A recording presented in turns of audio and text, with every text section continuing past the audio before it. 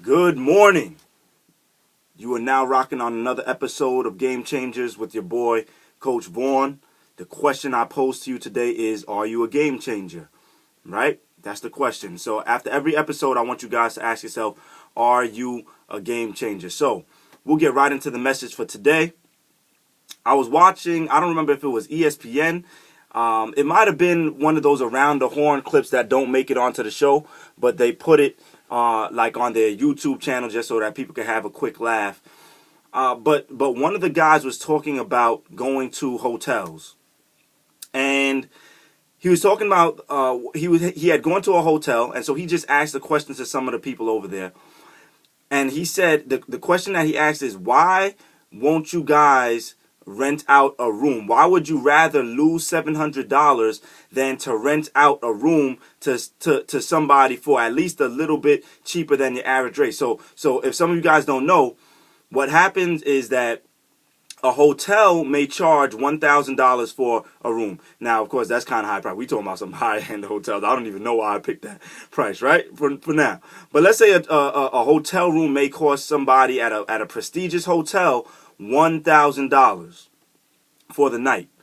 Now, what the hotel can do, if they so choose, is if they find that they're having trouble renting it out, they can find somebody who will buy it for that night for $700, right? And I'm just making up a number. It could be less, it could be a little bit more than that, but we're just saying that they can rent the room for a little bit less than the price they really would usually rent it for, so that they at least make some money. But what the commentator was talking about was the fact that some hotels, or most hotels, or hotels rather, right?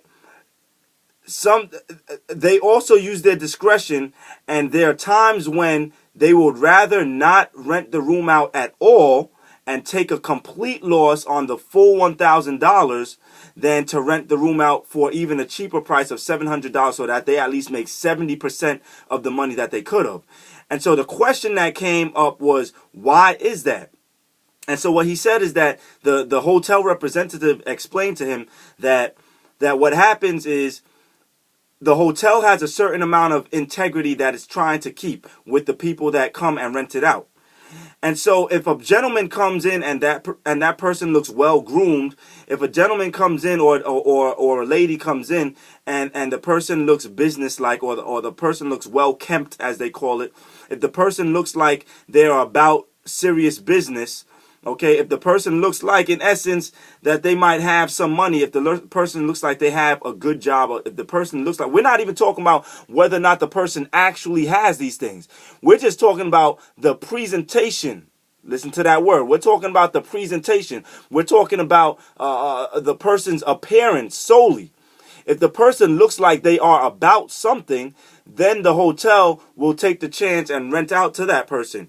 However, if the person looks like they're rolling off of the street and like they're drunk, or looks like they might cause havoc, or looks like they could be a nuisance, right? If the person looks like they don't keep themselves clean, if the person doesn't look the part, if the person does not, if their presentation of themselves is not a particular way, then what happens is the hotel says, we're going to be willing to take the loss, because what we don't want to happen is that in the morning, when this person wakes up and when the rest of the hotel wakes up and everybody's, passing back and forth in the lobby, what they don't want to happen is people to see this person, right?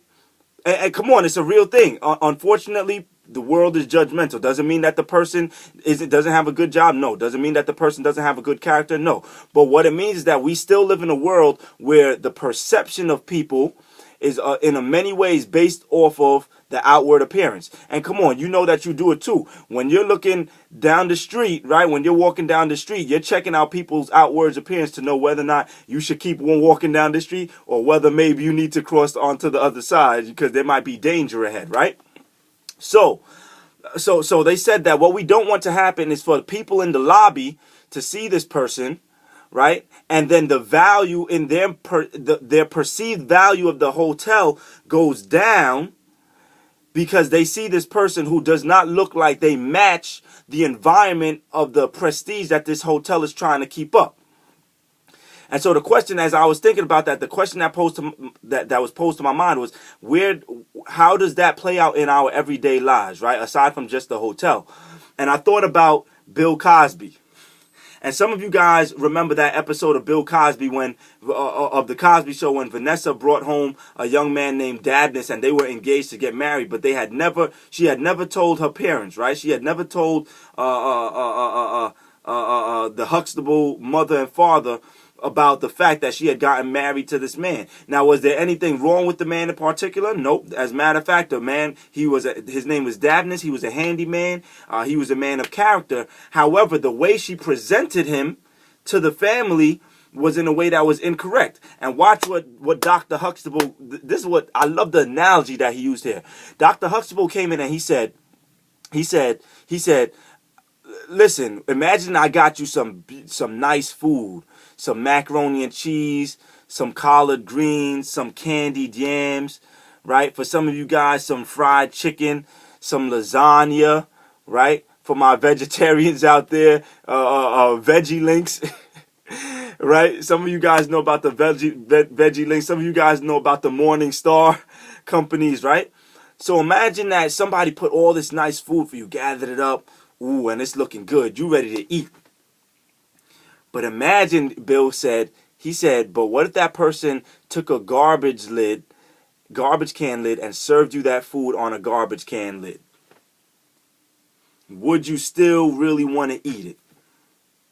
Versus if somebody said, okay, listen, let's spread a nice table. We're going to put this in a nice plate, right? We're going to set the fork and the knife right there. You know, a nice drink right there on the right hand, okay? Napkin, right? And so now the presentation of the food looks like something that you want to dive into, right? The presentation of the food looks applicable to the circumstances, right? It makes you want to eat and to partake of the food simply by putting the food in the right context, by putting the food on the right plate, right?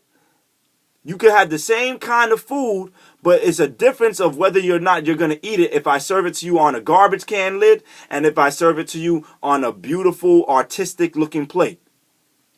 And so some of us are trying to get jobs. Some of us are trying to get into certain schools, and some of us are trying to have a certain impact on the people around us.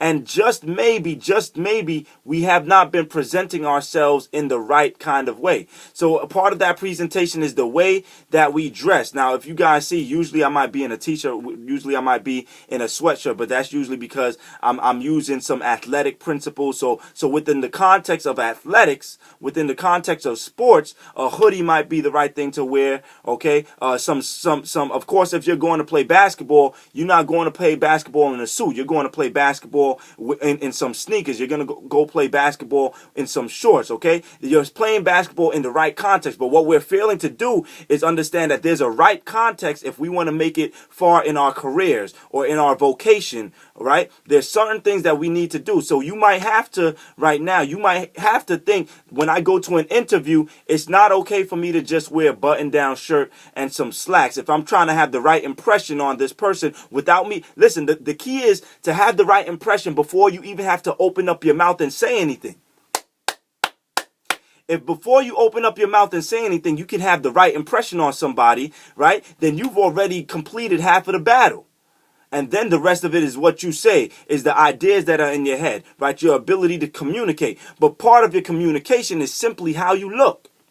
So you might have to go to that interview and you might have to overdo it a bit. You might have to wear the button-down shirt with maybe the bow tie for some of the fellas, or the tie, right, and the suit jacket. Because some of us might like to go to an interview no suit jacket. You might have to toss on the suit jacket. I don't know exactly what it is, but there's certain ways that you have to present yourself. Part of your speech, right? So if you're walking around everywhere and you're cursing, but you're trying to get a job, yeah, you might even get the job. But if they want to now move you up to manager, and every time you're talking, it's only curse words coming out your mouth. I'm not even telling you to stop cursing. All I'm saying is that if you want certain kinds of results, then you have to understand that your presentation of yourself is very key in that thing. And so all I'm trying to say, man, all I'm talking about today is Be careful of the way that you are presenting yourself. Be careful of the way that you are coming off to others in your presentation, in the way that you dress, in the way that you talk. All right, and in the way that you treat others. You might not curse, you might you might not curse, and you might dress very well, but you still may not treat other people with kindness. Right? And people pick up on that, right? People are naturally drawn to people that they feel like they always treat them in a good way. They always have an encouraging word to say. When you're talking about being a manager, a person of leadership, then what you want to be able to do is be an encourager. Be somebody that sows a seed into somebody else's life. Be a person who always has a good word to say. Be the person who although circumstances around you might try to tear you down, you're always the one that's able to have a good smile on their face no matter what the circumstances are. So my question to you today is, what are you presenting? It's your boy, Coach Vaughn. You're on another episode of Game Changers, baby. If you got any ideas for me that you want me to talk about, let me know. Peace.